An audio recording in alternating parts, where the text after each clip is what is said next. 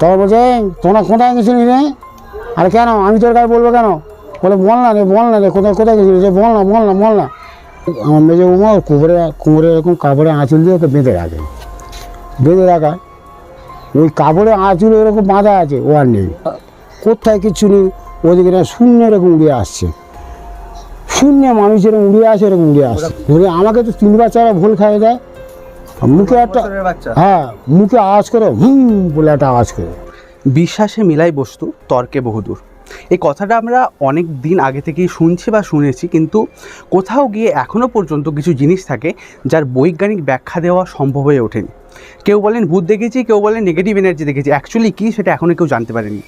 আজ একজন মানুষ আমার সামনে বসে আছেন, তিনি নিজে ভূত দেখেছেন। আপনারা বলবেন হ্যাঁ এরকম ভূত ট্রুত নেই কিছু, কিন্তু অ্যাকচুয়ালি কী সেটা দাদুর মুখ থেকে শুনবো, এবং বিশ্বাস করার দায়িত্ব এবং বৈজ্ঞানিক ব্যাখ্যা দেওয়ার দায়িত্বটা আপনাদের। সবার শেষে আপনারা কমেন্ট করে জানাবেন আপনারা যদি কিছু অনুভব করে থাকেন। চলুন আমরা দাদুর মুখ থেকে শুনে নিই সেই ঘটনাটি। আমাদের বাড়িতে হচ্ছে আমার মেজে ভাইয়ের তখন 10 বছর বয়স। একদিন আমার পিসিমার বিয়ে হয়, মানে বিয়েতে বর এসছে আর কি। এখন আমার ভাইকে নিয়ে আমি গলাটা এরকম জড়িয়ে ধরে বসে আছি, বসে থাকা বর এসছে বলে আমি তাকিয়েছি। তাকাবার পরে দেখি আমার ভাই নেই, আমার হাত থেকে এরকম আছে আর নেই। তখন ভাইয়ের বয়স কত ছিল? ওই 10 বছর বয়স। তখন চারিদিকে খোঁজ আমার মা ডাকাডাকি করছে। মা যখন ডাকবে তখন আমাদের পাড়াতে বিশাল বড় একটা বাগান আছে। বাগানে আমার একটা ময়না গাছ আছে, ময়না কাঁটা গাছ, তার উপরে খালি পায়ে দাঁড়িয়ে আছে। দাঁড়িয়ে থাকতে আমরা গিয়েই সঙ্গে ওকে এরকম গিয়ে পাঁজা মেরে ধরে আমাকে তো 3 বাচ্চারা ভুল খাইয়ে দেয়। মুখে একটা হ্যাঁ মুখে আওয়াজ করে বলে একটা আওয়াজ করে বলে অজ্ঞান হয়ে যায়। অজ্ঞান হয়ে যাওয়ার পরে আবার মাথায় জল ফল দিলে আবার আস্তে আস্তে ঠিক হয়ে যায়। আবার এরকম ঘরে ঠিক উঠে যাবে ঠিক রাত 1টার সময়। ও ঘরেতে আছে, আর আমাদের ও বাড়িতে খোলার চাল ছিল। মুড়িতে কতটা ফাঁকা হবে, এতটুকু ফাঁকা হবে, সেখান থেকেও লেবে যায় পিছন দিয়ে অনেকটা খাড়াই নিচে লেবে যাবে। নিচে লেবে যাওয়ার সঙ্গে আমার মা ঠিক জানতে পারার সঙ্গে আমার মা ডেকে ওঠে, ওর নাম ধরে রোহিত বলে ডাকে। ওর সঙ্গে আবার ওকে খোঁজা হয় চতুর্দিক দিয়ে, চতুর বাগানে আমরা খুঁজি। কোনো জায়গাতে এদিকে একটা বিড়াল হয়ে বেড়ে চলে যায়, কোনো জায়গা দিকে একটা মানুষ হয়ে বেড়ে চলে যায়। এরকম যাওয়ার পরে ও এরকম মা ডাকার পরেও সাড়া দেবে, আমরা কেউ ডাকলে সাড়া দেবে না। মা ডাকার পরে একটা বলে একটা আওয়াজ করে মুখে চোখ এরকম বড় বড় লাগাল জবা ফুলের মতন হয়ে থাকবে। এবার আমি পিছন দিকে গিয়ে ও হাত সামনে জড়িয়ে ধরে যাওয়ার পরে আমাকে 3 বাচ্চারা ভুল খাইয়ে দেয় মাটিতে। দেওয়ার পরে ও অজ্ঞান হয়ে যায়। এরকম বেশ যায়। আবার এরকম একদিন রাত্রে, সব রাত্রে হবে যা হবে, রাত 1টার পরে। এবার রাত্রে 1টার সময় এরকম তুলে নিয়ে যায় বলে এরকম মা ডাকছে, কোনো জায়গা খুঁজেও পাওয়া যাচ্ছে না, কোথায় কিচ্ছু নেই। ওদিকে না শূন্য এরকম উড়ে আসছে, শূন্য মানুষ এরকম উড়ে আসে, কোথায় দেখতে পেয়েছিলেন? আমাদের বাড়িতে। না বাড়িতেই ভাসছে? না, বাড়ি থেকে আমাদের ধরো এই ঘরে জানলা আছে, এরকম জানলা দিয়ে খুঁজে দেখছি ওপার থেকে পুকুরের ধার থেকে উড়ে আসছে একদম পুরো, মানে অনেকটা ডিস্টেন্স, ধরুন ওই বাড়ি থেকে অতটা ডিস্টেন্স এরকম উড়ে আসছে। উড়ে এসে আমাদের মানে ঘরে খোলার চাল ছিল, অনেকটা খাড়াই, তারপরে উল্টে এরকম করে উল্টে এরকম যাচ্ছে। যার পরে এখন ওকে ওপরে ধরতে গেলে আমাদের ফেলে দেবে তো, মই দিয়ে আমি ওপরে উঠেছি। আমার যারা ছেলে আমার সঙ্গে আছে, আমি ওকে পাঁজামের ধরবো, আমার যারা ছেলে তো আমাকে গাঁটকে ধরবে না, তো আমি তো দুজনই শুধু পড়ে যাবো নিচে বলে এরকম ওকে গিয়েই সঙ্গে ওপরে গিয়ে আমি ধরার পরে বলে এরকম উঠেই মতো অজ্ঞান হয়ে যায়। অজ্ঞান হয়ে গিয়ে আমার দাদা যারা ছেলে সঙ্গে আমাকে ধরলো, দুজনের একসাথে এরকম ধরে আটকে দিল যাতে না গড়ে নিচে পড়ে যায়। আবার আস্তে আর একটা মই চাপে আস্তে ওকে অজ্ঞান হয়ে গেছে। লাগানো হয়ে যাওয়ার পরে কিছুদিন পরে ওকে বিয়ে দেওয়া হয়। অনেকে বললে যে ওর আগের জন্মে ও বামনের ছেলে, ওর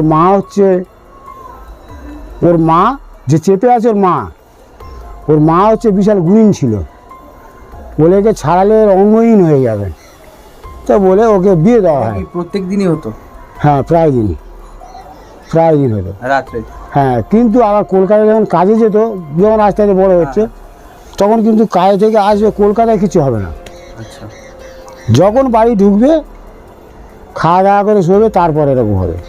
তা আমরা যখন মেজো ভাইকে বিয়ে দিই তখন আমরা ওদের সব জানিয়েছি, জানানোর পরে আমার মেজো বৌমাকে বলেছি ওকে কোমরের সাথে কাপড়ের আঁচল দিয়ে বেঁধে রাখবে, বেঁধে রেখেছে। মেয়ের বাড়ি থেকে কোনো আপত্তি করেনি? না না, এমনি কোনো অসুবিধা নেই তো। আচ্ছা। আর তখন পয়সাও ভালো ইনকাম করে। যা বলে এরকম ও কোমরে, আমার মেজো বৌমা ওর কোমরে এরকম কাপড়ে আঁচল দিয়ে ওকে বেঁধে রাখে। বেঁধে রাখা, ওই কাপড়ে আঁচল এরকম বাঁধা আছে, ও আর নেই রাত্রিবেলা। আর ও যে মুহূর্তে উঠে যাবে সে মুহূর্তে আমার মা বুঝতে পারবে, সঙ্গে সঙ্গে আমার মা ওকে ডাকবে, রোহিত বলে ডাকবে। ডাকার পরে ঢালা ওরকম খোঁজা হচ্ছে। আমরা তো বাড়ি শুধু তখন লোক বেরিয়ে যায়, কেউ লাইট, কেউ হারকি নিয়ে এরকম প্রত্যেক বাগান, আমাদের ওইদিকে সব বাগান, প্রত্যেক বাগানে বেরিয়ে যায়। তখন সব ভয়ের কোনো নেই। এ বাগান ও বাগান খুঁজে কোনো সময় পাওয়াও গেল না। একদিন 3 ঘন্টা পাওয়া যায়নি। 3 ঘন্টা পরে সেদিন বৃষ্টিও হয়েছে, বৃষ্টি হতে এরকম জলে ঝড় পড়েছে, জলে ঝরেতে মুখ থুবড়ে এরকম পড়ে আছে।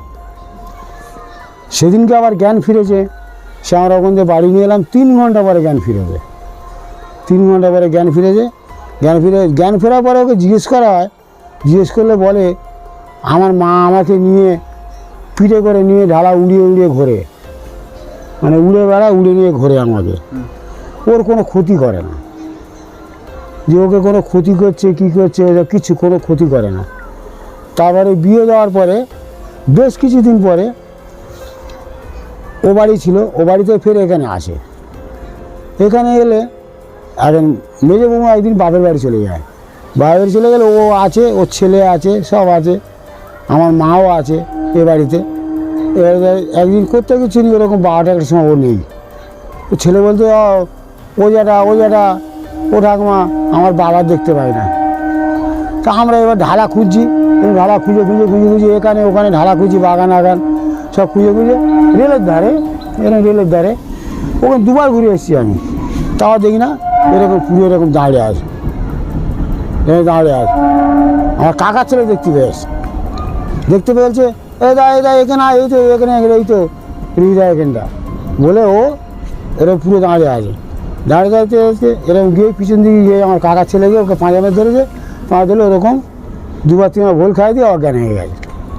অজ্ঞান হয়ে যাওয়ার পরে মানে ওই এখানে ওই লাস্ট এটা এলো, এখানে এসে ওই একবার হয়েছিল, তারপর আর সেখান থেকে আর কিচ্ছু হয় না, আর দেখাও যায় না, বুঝলেন।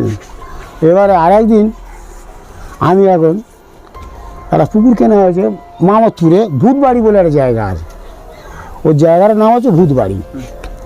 তা আমরা 4 জন গেছি রাত্রিবেলা মাছ ধরতে, মেশিন চালানো আছে। আর তখন তো ওখানে কারেন্টও নেই, হ্যাচাক জ্বালা আছে, আর মেশিনে একটা লাইট দেওয়া আছে।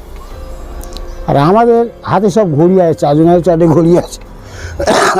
যে ঘড়ি একই টাইমে সব ঘড়ি বন্ধ হয়ে গেছে, তো ঘড়ির টাইম আর সেই একই টাইমে সব বন্ধ হয়ে গেছে, ঘড়ির টাইম আর দেখতে পাচ্ছি না। আমরা যে মাছটা সেই কাঁটায় নিয়ে যাবো, কাঁটায় নিয়ে সেই মাছটা তো বিক্রি করবো, তখন বালি মাছ কাঁটায় আমাদের মাইনে হতে হতো। এনে সবজি ট্রেনে যেতাম, 3:40 ট্রেন। এবারে সে ঘড়ি বন্ধ হয়ে গেছে, এবার তাড়াতাড়ি করে মেশিন ছেঁচে দিয়ে আমরা এখন মাছ ধরছি আর কি। মাছ ধরছি এরকম বড় বান মাছ, তোমার শাল মাছ। এবার বান মাছ বলে এরকম ধরতে গেছি, অনেকগুলো বান মাছ ধরেছি এরকম বড়, হাতে কাপড় জড়ানো আছে। ধরতে গেছি দেখি না এটা এরকম ধরতে গেছি, একটা কেউরি সাহেব খোঁজ করে উঠেছে। খোঁজ করে উঠলে আমাদের হাতে একটা ডিশ ছিল, ডিশে মুন্ডুটা চেপে ধরেছি, চেপে ধরে হাতে কাপড় জড়ানো আসতো, ল্যাসটা ধরে টেনে ডিশটা আস্তে তুলে সাপটা ছুঁড়ে ফেলে দিয়েছি, মারিনি। এবারে ঝাঁকাতে সব মাছ প্যাকিং করে নিয়ে আমরা এখন মাথায় করে একদম পুরো মাঠ দিয়ে সিধে আসছি। মানে যেখানে পুকুর আছে ওখান থেকে অন্তত আসতে গেলে আমাদের 25 মিনিট লাগবে মাথায় করে মাছ। আমি আছি, আমার মাথায় মনখানেক মাছ আছে, আর একজনের মাথায় 25 কেজি মতো মাছ আছে। আর তার খুব ভয়, এত ভয় মানে তার মাঠ দিয়ে নিয়ে আসতেছি, তার শুধু সারাক্ষণ আমি তার হেঁকে আসছি। আর ও ভয়তে খালি জড়সড় হয়ে যাচ্ছে। বলে আমাদের রেলগেটের কাছে তখন সব দোকান ফোকান কিছু ছিল না, রেলগেটের কাছে একটা মেয়ে কেটে গিয়েছিল, দেবী বলে তার নাম, পেটে বাচ্চা অবস্থা, দেবিকারা তার বলা হতো। এবার সে কী করেছে, পুরো রাস্তাটা পুরো আমাদের এরকম হাত দিয়ে পুরো কভার করে আছে, আমাদের আসতে দেবে না আর কি। আমাদের মাথায় মাছ আছে, দেখতে পাচ্ছেন আপনি? আমি দেখতে পাচ্ছি পরিষ্কার, একদম পুরো কাপড় পরে পুরো দাঁড়িয়ে আছে। আরে কে, সামনে যখন হেঁকেছি কে বলেছি, তখন বলছে তোমরা কোথায় গেছিলি রে? আরে কেন, আমি তোর কাছে বলবো কেন? বলে বল না রে কোথায় কোথায় গেছিলি, যে বল না। তখন আমি কেন তোর কাছে বলবো কেন? বলো আমার একটা মাছ দিনারে খাবো, আর মাছ আমি দেবো না। মাছ যদি দিতে হয় তোকে আমি রান্না করে দেবো, কিন্তু মাছ তোর কাঁচা মাছ আমি দেবো না। আর আমার পিছনে যে আছে সে তো মানে সে অজ্ঞান হয়ে যাওয়ার মতন অবস্থা, তোর মাছ যদি ফেলে যেতে মুশকিল, তো তার একবার হাঁকি মারি, এর একবার হাঁকি মারি। আর আমার আগরে আমার ভাইয়ের থেকে আমার প্রচণ্ড সাহস, ও ভূত পেতে আমি কোনো ভয় করি না। যে সামনে পড়ে তার হাঁকি মারবো, সে একবার হয়ে যাবে। যেই দুবার তিনবার হাঁকি মেরেছি কোনো দিন সরে না, কোনো দিক সরে, বলে মাছ আমার দিতেই হবে। তাহলে মাছ না দিলে তো সুবিধা হবে, কারণ মাছ তো আমি দেবো না। বলে এরকম অনেকক্ষণ ধরে কথাবার্তা হচ্ছে, ওই বলেন দে না মাছ দিন, আমার খুব খিদে পাচ্ছে রে, দে এরকম করতে গিয়ে, আর মাছ আমি দেবো না। তা বলে সঙ্গে সঙ্গে আমার হাতে একটা লাইট ছিল, লাইটটা যেই মেরেছি এরকম সামনে, আর কিছু দেখতে পাইনি। বলে আমার এই স্টেশনে গেলাম ভাইনে বিক্রি করে চলে এসে। আচ্ছা দাদু একটু হ্যাঁ, ওই যে গল্পটা বললেন ওটা কি আলাদা আর এটা কি আলাদা? হ্যাঁ, ওই গল্পটার কি হলো শেষ? ওই গল্পটা ওই পর্যন্ত শেষ। মানে তারপরে মানে লাস্ট কবে ধরেছিল? লাস্ট ওই তো এখানে বিয়ে করে এখানে এলো, ওই বললাম এখান থেকে রেলের ধারে পেলাম, ওই লাস্ট। তারপর আর কিছু ধরে না, আর কিছু এখন ওসব কিচ্ছু হয় না। আচ্ছা এইটা বলুন। এটা এবারে ওই ধরে এলাম, ওই মাছ ফাছ বিক্রি করে চলে এলাম, এটাও শেষ হয়ে গেল, এই শেষ। আর একটা আছে আমার জীবনে, আমি তো আমাদের তাস খেলতাম, তোরকে তাস খেলে পিকনিক করে আসতেছি, রাত তখন 1টা বাজে, 1:10 হবে। আমাদের পাড়ার মধ্যে ওই বড়ো রাস্তা, তখন ঘর বাড়ি কিছু হয়নি, শুধু আমার ঘরটা এখানে আছে, আর সামনে এখানে একটা ঘর আছে।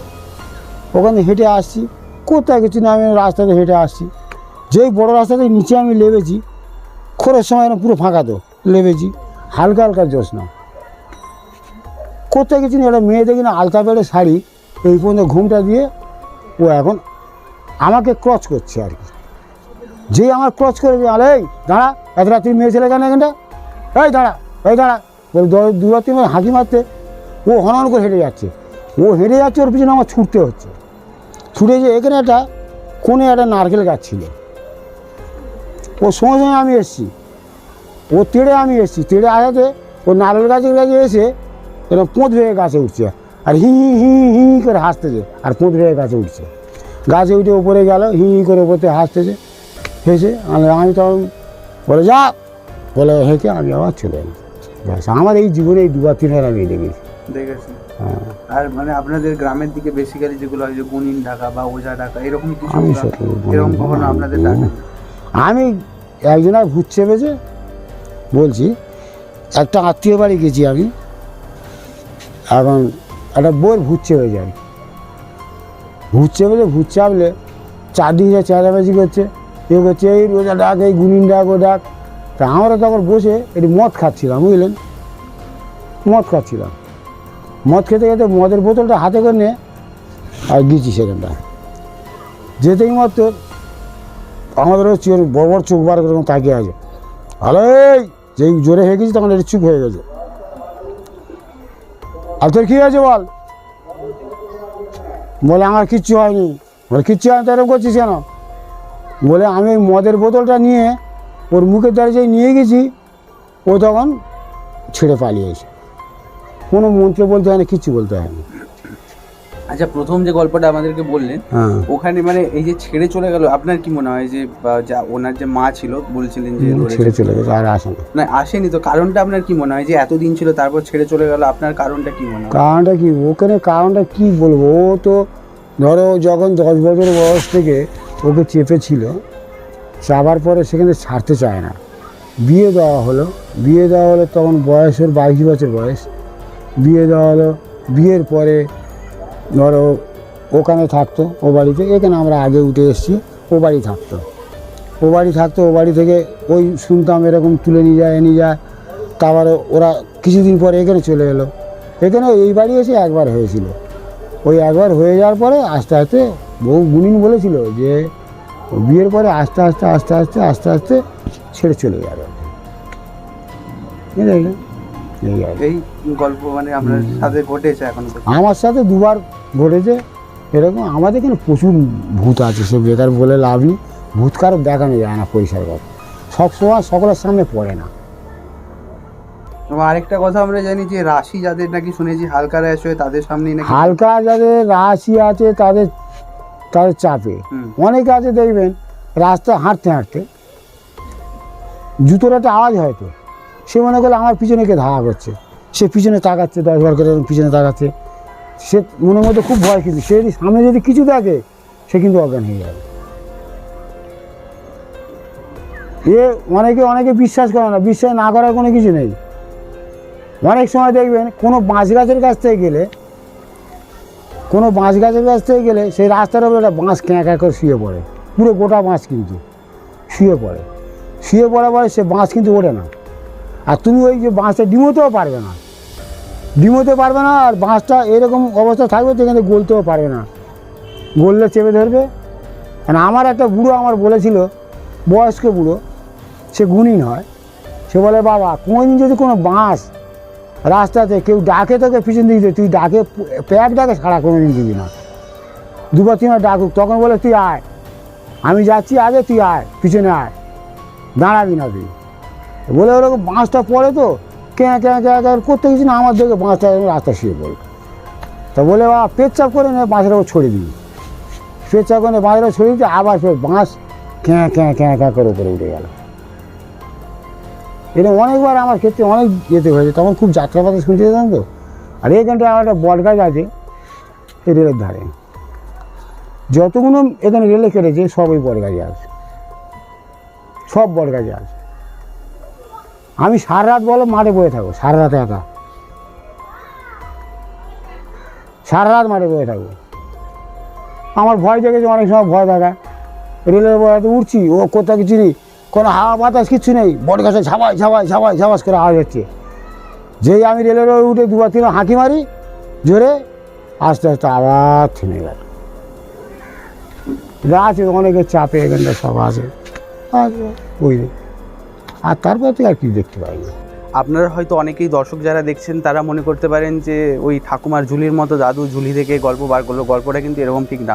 দাদু একটার পর একটা গল্প বলেছেন, বিশ্বাস করার দায়িত্বটা আপনাদেরই। এবং এই বিষয়টা আপনাদের যদি কিছু বলার থাকে অবশ্যই আমাদেরকে কমেন্টে জানাতে পারেন। এবং আপনারা যদি আমাদেরকে গল্প শোনাতে চান বা আপনাদের সাথে ঘটে থাকে এরকম সত্য ঘটনা, তাহলে অবশ্যই আমাদের ইমেল করতে পারেন, ইমেল ডেসক্রিপশনে দেওয়া থাকবে, এবং আমাদেরকে ইনবক্সে মেসেজ করতে পারেন। এইচআর নিউজ আপনাদেরকে কখনোই ভূতের ভয় দেখায় না, এবং তার সাথে আপনাদেরকে বলে না যে আপনারা বিশ্বাস করুন। আমরা শুধু যাদের সাথে সত্য ঘটনা ঘটেছে সেই ঘটনাটি আপনাদের সামনে তুলে ধরার চেষ্টা করছি। দেখা হবে আরেকটা অন্য ভিডিও নিয়ে, ততক্ষণ দেখতে থাকুন, শুনতে থাকুন এইচআর নিউজ। নমস্কার।